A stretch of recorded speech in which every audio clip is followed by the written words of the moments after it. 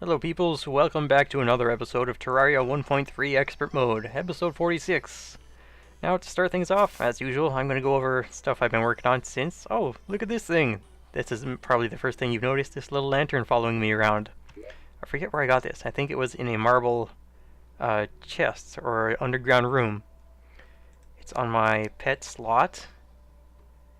Magic lantern, summons a magic lantern that exposes nearby treasures, so... when I get within a certain distance of treasures like these chests, they start to sparkle. And you can see things like this, ores, herbs, piles of gold, whatever, lots of things, at a certain distance. Let me see. Ah, here we go. And the lantern is always in front of where I'm facing. You'll see that this farthest most chest, it's not blinking, but when I turn the lantern a bit closer, it starts to blink. Shine, whatever. Sparkle! Sparkly spark. Okay, and last episode I went over almost all the new stuff I got, but I was unable to actually go through it all. However, this time I can get through the last of it, as well as other new stuff that I found, like these blue team blocks. That just leaves, I think, the green ones to collect from the traveling merchant. I also got the gladiator helmet to go along with the boots, leggings, whatever. I got a fish hook from the angler. Wait, hang on a sec. What good is a fish hook, you might ask? No, not that kind of fish hook. You're forgetting that, well, I forgot. Oh, hang on, I actually have to equip this. There we go. And that can be put away. So the fish hook is actually a grappling hook item, not something you stick on the end of your fishing line. Where can I test this? Probably up on top of where all the crates are. So you can have hang on a second, I thought it was 1, 2, 3? 3 out at a time. 1, 2, 3, so you miss. Wow, it does reach pretty far. Okay, I think that's a lot farther than the spider thing. So, woo! I didn't mean to grab that. So, it does reach farther than the web slinger, but I do prefer web slinger anyways, because, I don't know, it's just my favorite. Fish hook is pretty cool though. What else? Copper plating.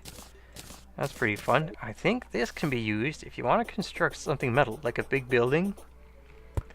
Like, it wouldn't be very viable with something like stone slab, because it would be hard to paint that. Oh, I only had 4 walls. So you can make walls and plating out of this, but I have not tried painting this to see just how effective paint is on copper plating, because most gray things, it doesn't really work. I'll show you with green. Where's something gray? Ah, here we go. This gray floor.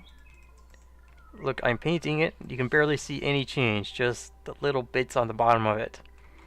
Now, let's try the copper plating. You'll also see that I added a whole bunch of deathweed planters on my roof. That's because they only bloom in full moon, and that's not very often. So when they do, I'm going to want to pick up a lot of them to sort of make up for the fact that I can't pick them very often. Now, green? Can I get green metal? Oh, yes, I can. Alright, so you can do any color of metal builds with copper plating. Excellent. Okay. Oh, and over here, you can get crimson crates. These have a chance to contain the same kind of item you would find in a crimson heart deep within the crimson structures, you know, at the end of the tunnels. I'll just open one here. Master bait, mana potion, 1 crimson heart, the little light pet. There you go. Okay, and I think I put down some more stuff. I painted... well, I put some planters down here. I painted the grass green again. Oh, it turns out you can paint lava lamps too if you want different color lava lamps. That one's green, that one's, I think, pink. I got a bunch of chests, flasks. Well, what else is in the new stuff chest? Hero's hat, shirt, and pants. Oh, I'm all colored with the dyes. So yeah, this is based off Link's outfit from Legend of Zelda, and also Hero. He's a big Terraria guy on YouTube. He always wears this. Of course, I don't have to. Oh shoot, that goes there. That's interesting. I right-click my vanity stuff, and it does not go into my vanity slot. I guess that's because it's not a purely vanity item. So what next in the new stuff? Fishing! Angler. The angler rewarded me with a mermaid outfit. Actually, let me take off my dyes first. There we go. Ta-da! I got a seashell in my hair. Some kind of, I don't know, jewel hanging off my neck. I guess females would have a seashell bikini. And my bottom half is a fishtail. And you can also see my little nature's gift. Mana flower hanging from my waist. That's kind of funny. There is actually like a mermaid enchanted seashell item in the game that will allow you to breathe underwater, but now which one went where? That good there, good there. There's a mermaid item that allows you to breathe underwater, but you sort of lose your breath while above water. Interesting. And also defeated Queen Bee 2 extra times. There were 2 extra honey hives down here, so I took those out, and I won a bunch of cool stuff. Like bee pants to go along with the bee hat that I had, Queen Bee trophy, a beekeeper which I modified to legendary. What does this do anyways? Blah blah. Summons bees after striking your foe. Small chance to cause confusion. Does 33 damage per swing, so it might be pretty useful. See what the target dummies think.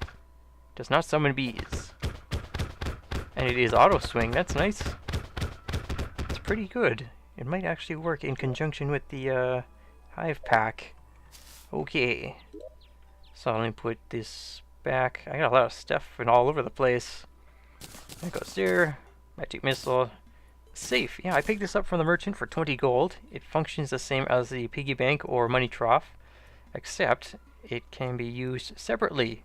The money trough and the piggy bank share the same inventory, but the safe is completely separate, so you can have your default inventory, the money trough or piggy bank inventory, and a third inventory with the safe for those extra long trips to, you know, places where you're gonna pick up stuff.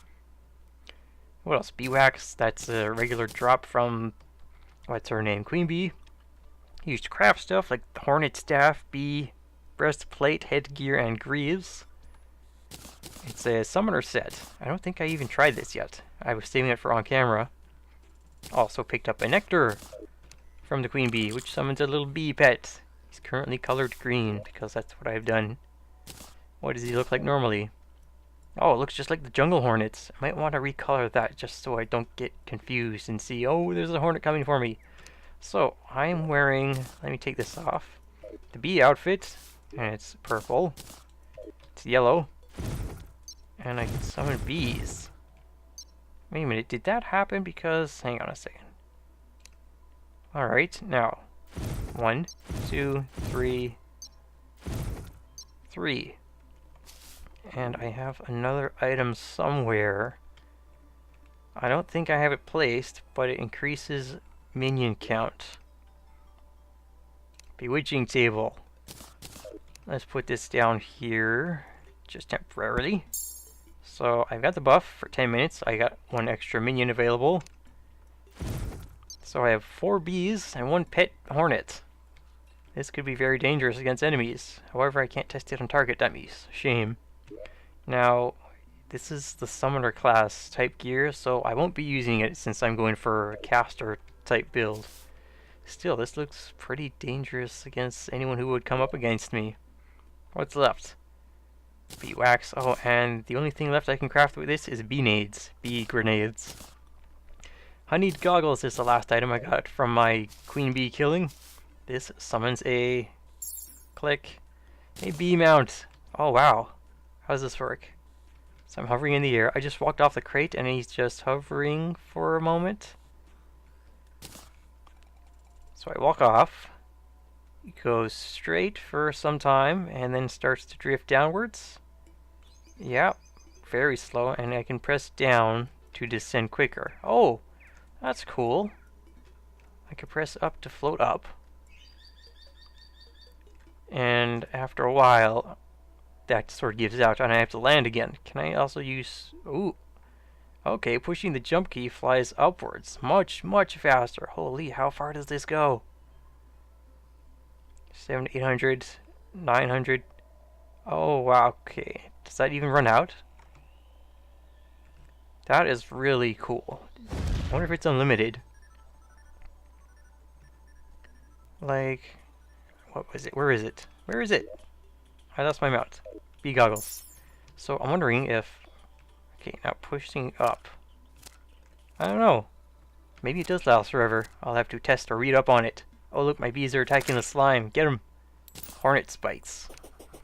Okay, now, today's episode, I got stuff to do. I've been collecting banners and whatever, crates. So let me put my stuff away and get sorted. And down here, something I've been saving that I kind of lost. I couldn't find again until a couple days ago. I did mark it and remember where it was. It's a gem cave. This one is full of sapphires. You can also find them full of 2 different types of gems. Let's say topaz and amethyst, for example, and the really rare ones, which are, I think, 3 gems. Maybe there's 4, I'm not sure. So I can mine this out for loads of sapphire. Yay, I'm rich. Well, more rich than I already am. Oh, I also modified my pick to be, what is it?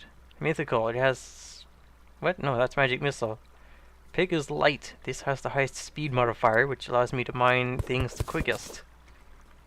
Legendary is the best possible enchant for a melee weapon, but that's not what I'm using it for. I'll come back here later.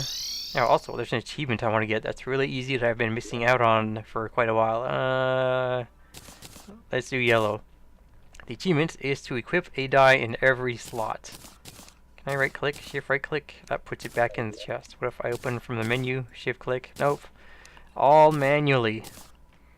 So, pants, accessory, 4th, 3rd, 4th, and 5th accessory. Optional slots, we have companion, light pets, minecart, mount, and grappling hook. Achievement complete, die hard. Everything should be yellow except for my default stuff. Look at all this yellow. Yellow hook, yellow slime, yellow pet. Where's my little hornet? They need a hotkey to summon your pet. Oh yeah, he's green. There it is. Not yellow. And with that back, this back. I think that's pretty much it. Oh yeah, and I went across the map, adding platforms and stuff as I went. And I've started digging the beginnings of a train stop. This should actually also function as a quarantine for when the Hallowed and Crimson, spawn across my world when our hard mode is activated. So I went across the map, putting in platforms across ledges. Ooh, a meteorite has landed here. Almost hit my pumpkin village outpost. So I put platforms and stuff so it's easier to get around. I marked off where I'm going to have other outposts. And I even modified the terrain just a tiny bit in case I needed to. Yeah, that's pretty much all I've been up to. Okay, well, I didn't actually get to do much stuff. Oh, I also bought the fireworks box from Party Girl. Didn't get to do much stuff, but I did have a lot of stuff to go over this episode. Okay then, but I will do stuff next episode, I promise. So, if you like this video, leave a like.